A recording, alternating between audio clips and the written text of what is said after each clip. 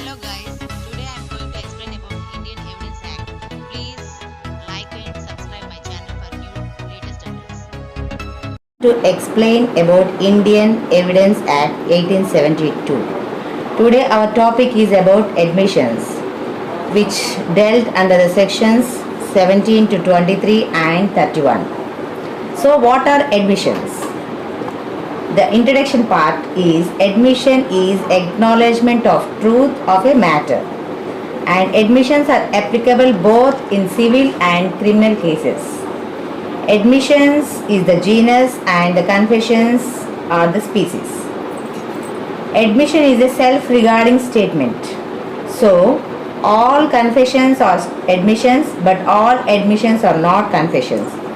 Next, under section 17, it deals with the definition of admissions. So, what is the meaning of admission? Admission is a statement which may be oral or in written form, and it suggests an inference as to any facts in issue or relevant facts, and it may be made by any person mentioned under sections 18, 19 and 20. Example, admissions can be made orally or in written form, and it can be made by conduct of the parties, it can be made by gestures, it can be made by signs and silence also. It's made by the parties to the suit or proceeding during judicial proceedings are self-regarding statements. The self-regarding statements may be classified under two heads: self-serving statements and self-harming statements. What are self-serving statements? The statements are those which serve, promote or helpful to the person who are making this self-serving statement. Hence, they are not allowed to be proved. They enable to create evidence for themselves. So, these self-serving statements are not helpful to the parties who are making that statements. Next, self-harming statements. These statements are those which are harmful or prejudice or injure the interest of the person making it. So, self-harming statements are technically known as admissions and they are allowed to be proved. Next, admissions are two types: formal admissions and informal admissions. What are formal admissions? These admissions are the admissions made in any judicial proceedings, or admissions in writing, or admissions deemed by any rule of pleading. Informal admissions. These informal admissions are admissions made in casual conversations only. Section 18 to 20 deals with the persons who are competent or qualified to make the admissions. Now under section 18, persons whose admissions are relevant. So, parties to the suit, either plaintiff or the defendant. And next, parties to the proceedings, prosecution or the defense.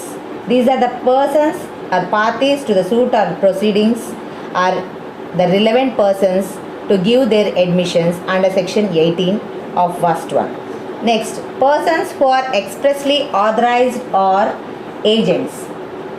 Example, lawyer can make an admission when authorized by the client. Next, an agent can make an admission on behalf of the principal. Next, parties suing or being sued in representative capacity. Example, Vice Chancellor VC of University. He can be sued under the representative authority, and also an MD of a company can make an admission on behalf of the company. Next, persons having any proprietary or pecuniary interest in the subject matter of the proceedings. Example, partners can make an admission relating to that partnership firm when it is a party to the proceedings. So, any partner can make any admission on behalf of that partnership firm. Next one, persons from whose parties to the suit or proceeding derived their interest in the subject matter of the suit. Example, father can make an admission on the dispute relating to the property between his sons. So, in this case, father can give admission on behalf of the dispute between their sons. Next, Section 19 deals with admissions by persons whose possession must be proved as against the party to the suit. Normally, the general rule is that parties to the suit or the proceeding can be making or can take as their admissions as their statements. But out of that, even a stranger to the proceeding shall be given as admission under Section 19. So this is the exception to the general rule. So a stranger to the proceeding can give or make an admission which binds the parties to the proceeding. Example, A undertakes to collect rent for B from C, his tenants. B sues A for not collecting rent from C, a tenant of B. A denies that rent was due from C to B. A statement made by C that he owed rent to B is an admission and relevant against A. Hence, he is a stranger to the proceeding, but his admission is relevant in the suit between B and A. A says to B, go and ask C. Now C's statement is an admission which can be proved against A. So, one party to the suit or proceeding may refer any other person to the suit or proceeding. That person's statements or admissions are permissible under Section 20. Next, Section 21. Proof of admissions against the persons making them and by or on their behalf. Admissions by persons expressly referred by a party to the suit. So, as per the Section 20, the admissions made by a third person whose name has been referred by one of the parties to the suit or proceeding. Example, whether a horse sold by A to B is sound or not. This is the question. A says to B, go and ask C. Now C's statement is an admission which can be proved against A. So, one party to the suit or proceeding may refer any other person to the suit or proceeding. That person's statements or admissions are permissible under Section 20. Next, Section 21. Proof of admissions against the persons making them and by or on their behalf. Admissions are to be proved against the person who makes them or his representatives in interest, but they cannot be proved on behalf of the person who makes them or by his representative in interest. But there are certain exceptions to this rule. What is that?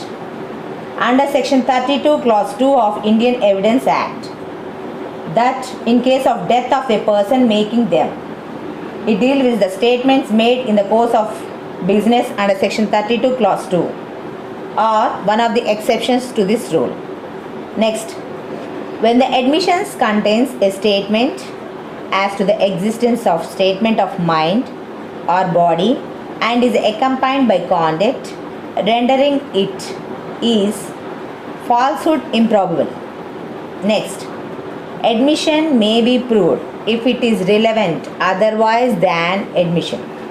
Example, a person may prove his own statement if it forms part of the same transaction under Section 6 of Indian Evidence Act. Next, Section 22. When oral admissions as to the contents of the document are relevant. Generally, documents should be proved only by producing primary evidence under Section 64 of Indian Evidence Act, that is only original documents itself. But there are certain exceptions to this above rule. What are that?